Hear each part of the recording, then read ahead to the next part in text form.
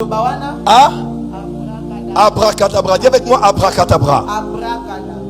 Ah non, non, dis abracadabra. Voilà, regarde ton voisin, dis voisin. Abracadabra. Change de voisin. Il y a de voisins à l'église. Aujourd'hui, je déclare abracadabra. Abracadabra, d'abord, est un deuxième monde invisible. Dans une autre manière, il n'y a pas que la chose soit détruite. Dans le message dont j'avais parlé, et zana basan nanzambe mususu oyo diable azali kosalela pona ko détruire ba vie ya bato. Nazalaki na kati ya ba prière nanga, Zambe nabikamwa ameminga. Abisinga prophète nangatala. Natali malam. Na moni trois figurants ya bato. Quelque part, na moni bato bazali kolela makila pe ezako sopana. Na moni nzamba bisina tu nzambe, pourquoi tu es en train de me révéler cela? Nzamba bisinga bitala.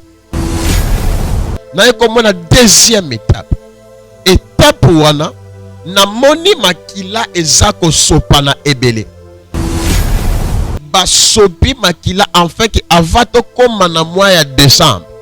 Ba accident précoce. Bato ba kufa liwa ya mbalakata. Nde samba ebisinga, il faut qu'on prie pour les familles. Puis troisième quelque chose, na ye komona batu bazali kobela, mais bazo kende na ba hôpital, mais bazo bikate. Et oumeli boye, pourquoi? Parce que n'oublie pas que derrière tout acte il y a un esprit. Il faut te yeba. Et ça lié à quoi? C'est pourquoi le bakaboy, pour faire un bon traitement, il faut commencer par un bon diagnostic. Mabele malamu ya kolona tosala juste ya bolingo pona ba orphelin bazonga kelasi na cahier, sac, stylo, sketch, frais scolaires. Toki na Bible na Psaume 68 verset 6, lui-même il a dit qu'il est le père des orphelins. To soutenir bana wana rentrée scolaire yango inge banda na mois de septembre bazosonga classe.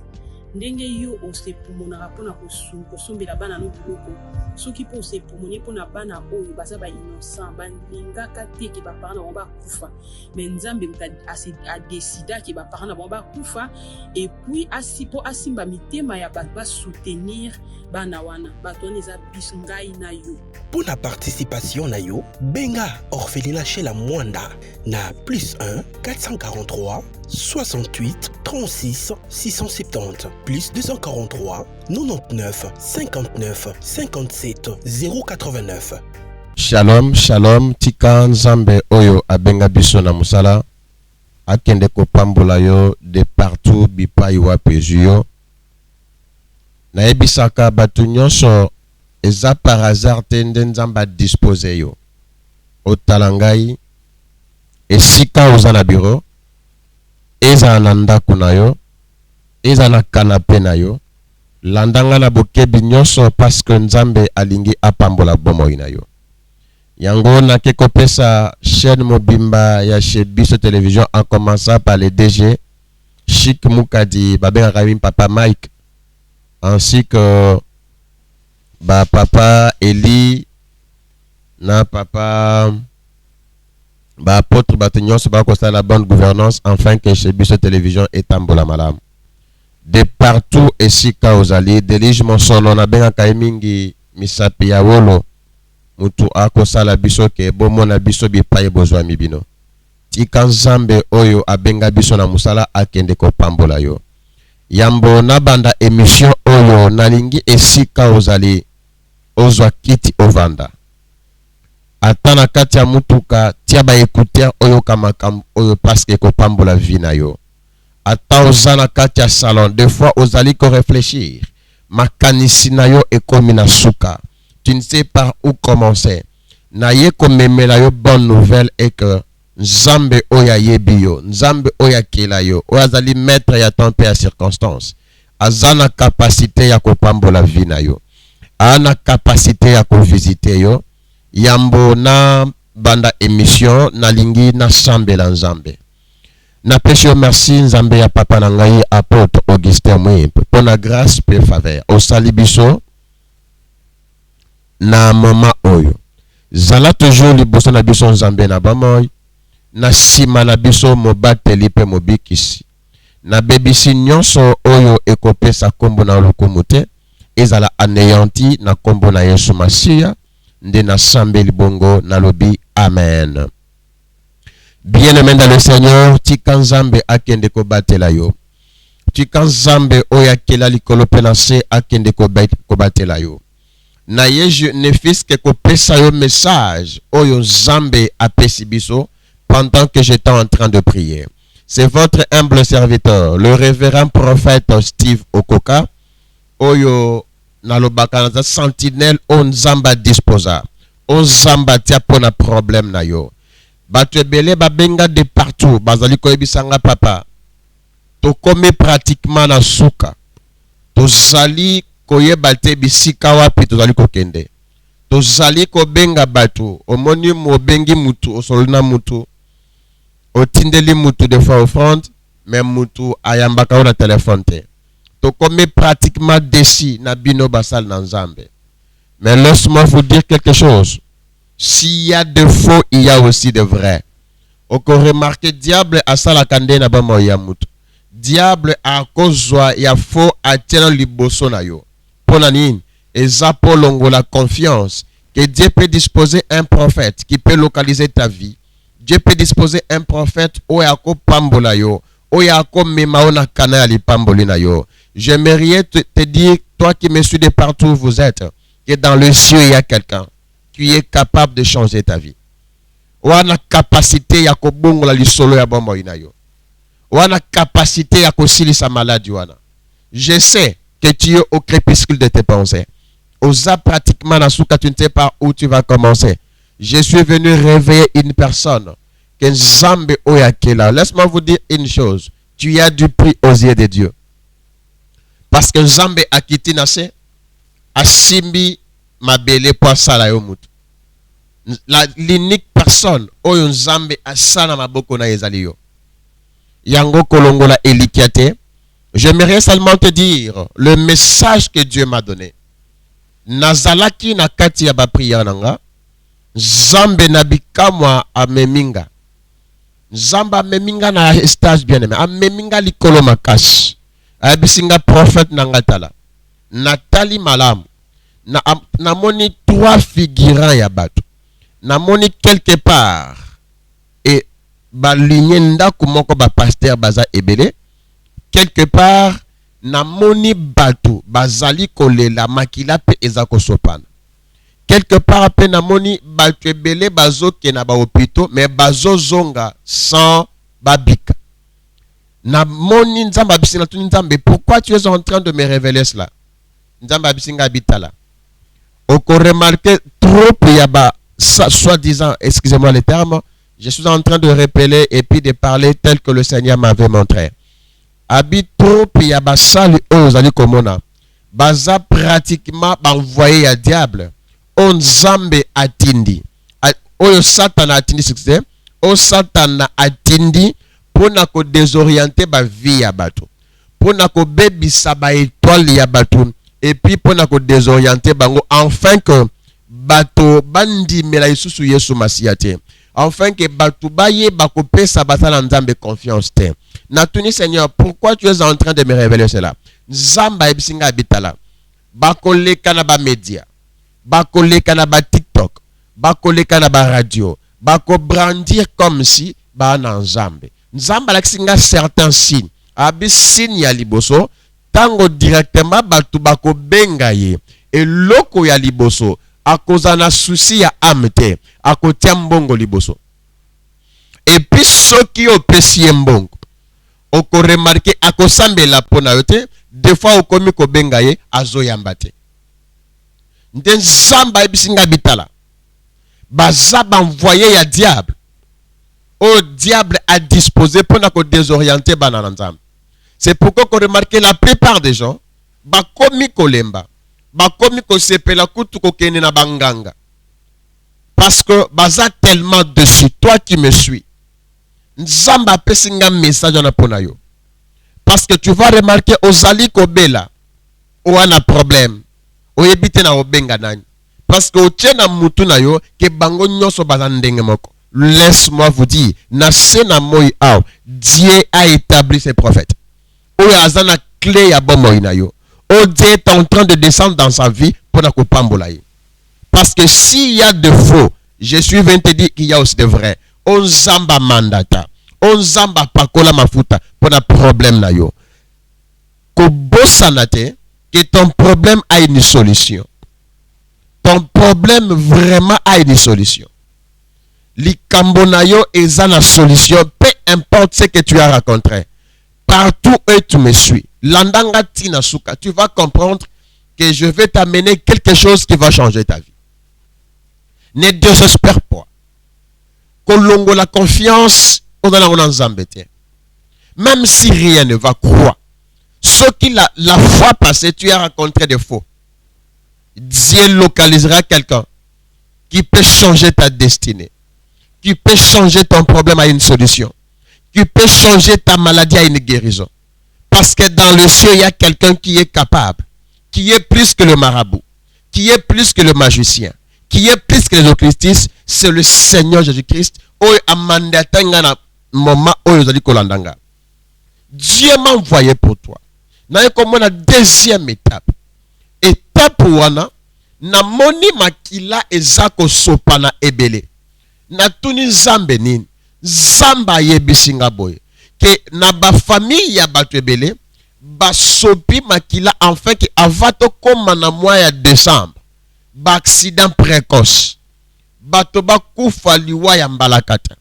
Nde zamba yebisinga, il faut qu'on prie pour les familles. Enfin que mou pepe ya liwa sanini elongwa. Parce que dans le monde des esprits, va préparer pratiquement avant comme le 30 décembre 2023. Va préparer l'accident ebele. Va préparer ma liwa précoce. Pe va préparer maladie moko. Maladie ba kotinda oko remarquer. Na butu nyos oko yoka ba mikusa ebele ba pe ma mukuse. Et eza maladie normalité, eza malade au monde des ténèbres. Et kotinda na ba vie ya bato. Enfin que bato babi kabika mon nzambete. Mais laisse-moi vous dire une chose. Au-dessus de cette maladie, il y a un Dieu. Likolo ya ba épidémie diabolique wan. Likolo ya ba sacrifice ténébreux wan. Il y a quelqu'un qui est au-dessus de ça. Et puis troisième quelque chose, na ye komona batu bazali kobela. Mais bazo kende na ba hôpital, mais bazo bikate. Bien-aimé dans le Seigneur. J'aimerais te dire une chose. Il y a certaines maladies où il y a un hôpital. Si c'est une maladie physique. Mais ce qui est maladie et côté spirituel, et comment c'est que nous ensemble. Il y a des personnes où bazali kozbana basida ya normalité. Mutumoko a lota na kati ya ndoto na ye, bazui tonga bachubi. Après un temps, après 4-5 mois, à quel hôpital, à se rendre compte qu'azala maladie ya sida. Mais amitali malam, azamuto avia mobulute, et puis azamuto abankanzam. Mais azamuto na sida oewutuapi, laisse-moi vous dire, il y a certaines maladies diaboliques. Oba ko boa kana babi ya batu. Po ba éliminer batu. Po bato ba mona esengo ya nzambete. Bien-aimé dans le Seigneur. Nake ko pesa maman Andriana Mbote kubana États-Unis shikazali. Aza parmi batu oyo ba biki na maladie moko ya cancer. Ayebisinga prophète. Na bengi prophète mo misatu ona ko cité ba kombo na bangote. Tango nazo benga ye eloko aliboso abandi ko senga ngambongo. Na ju $1,500 na tindeli. Abi asailanga prière une fois. Na komi ko benga ye azo yambangate. Mais depuis na landi nga bitenzambe na mekata prophète oyo.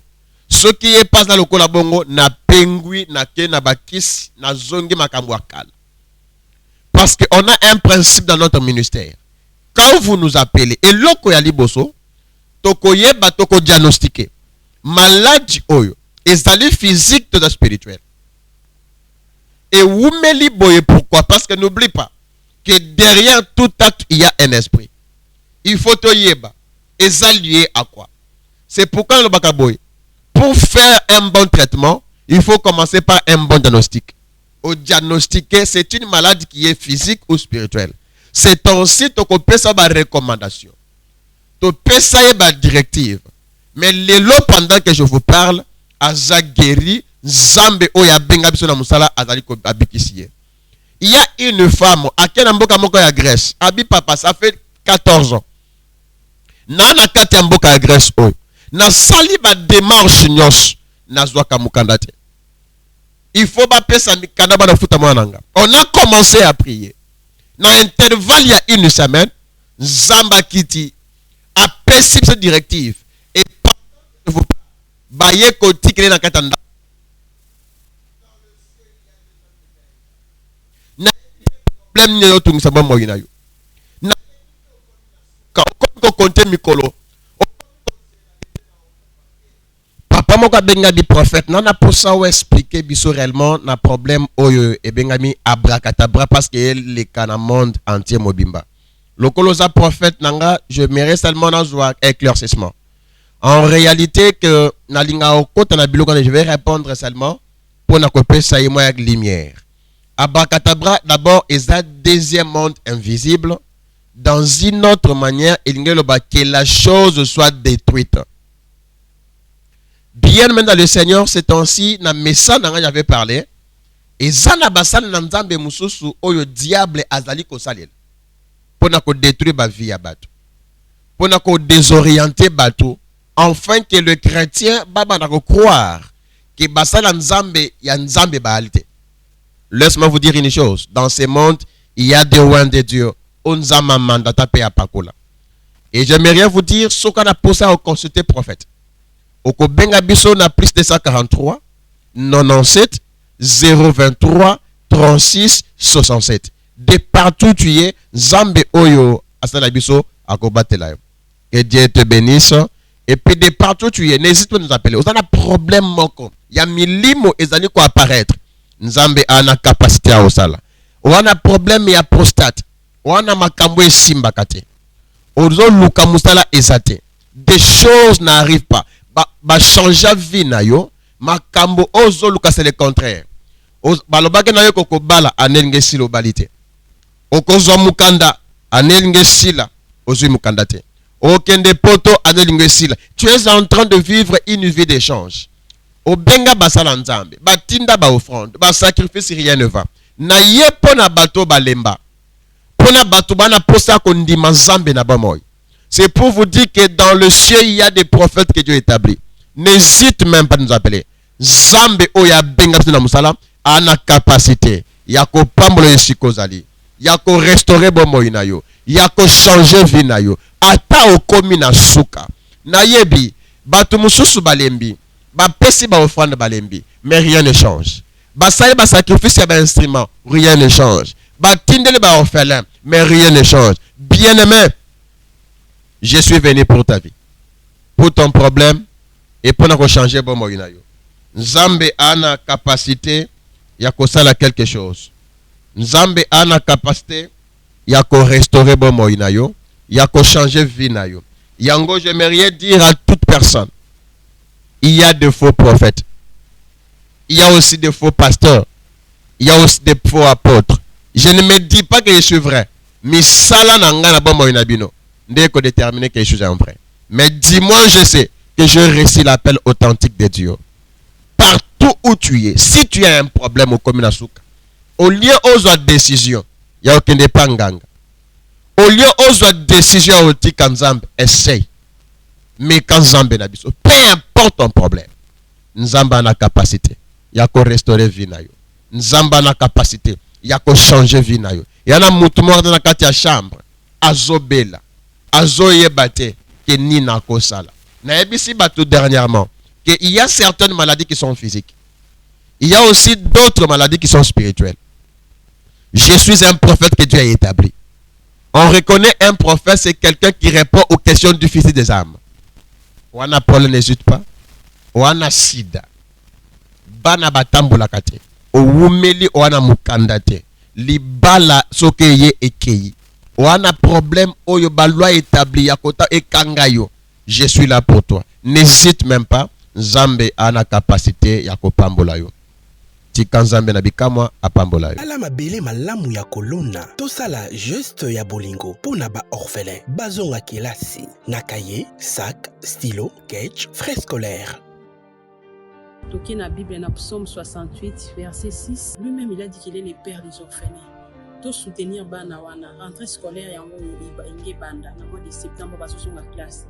Ndenge yo osepumonaka mpona kosombela bana no biloko soki mpo osepumoni mpona bana oyo baza innocent balingaka te ke baparent na bango bakufa me nzambe adesida ke baparent na bango bakufa epuis mpo asimba mitema ya bato basoutenir bana wana bato wana eza biso ngai na yo.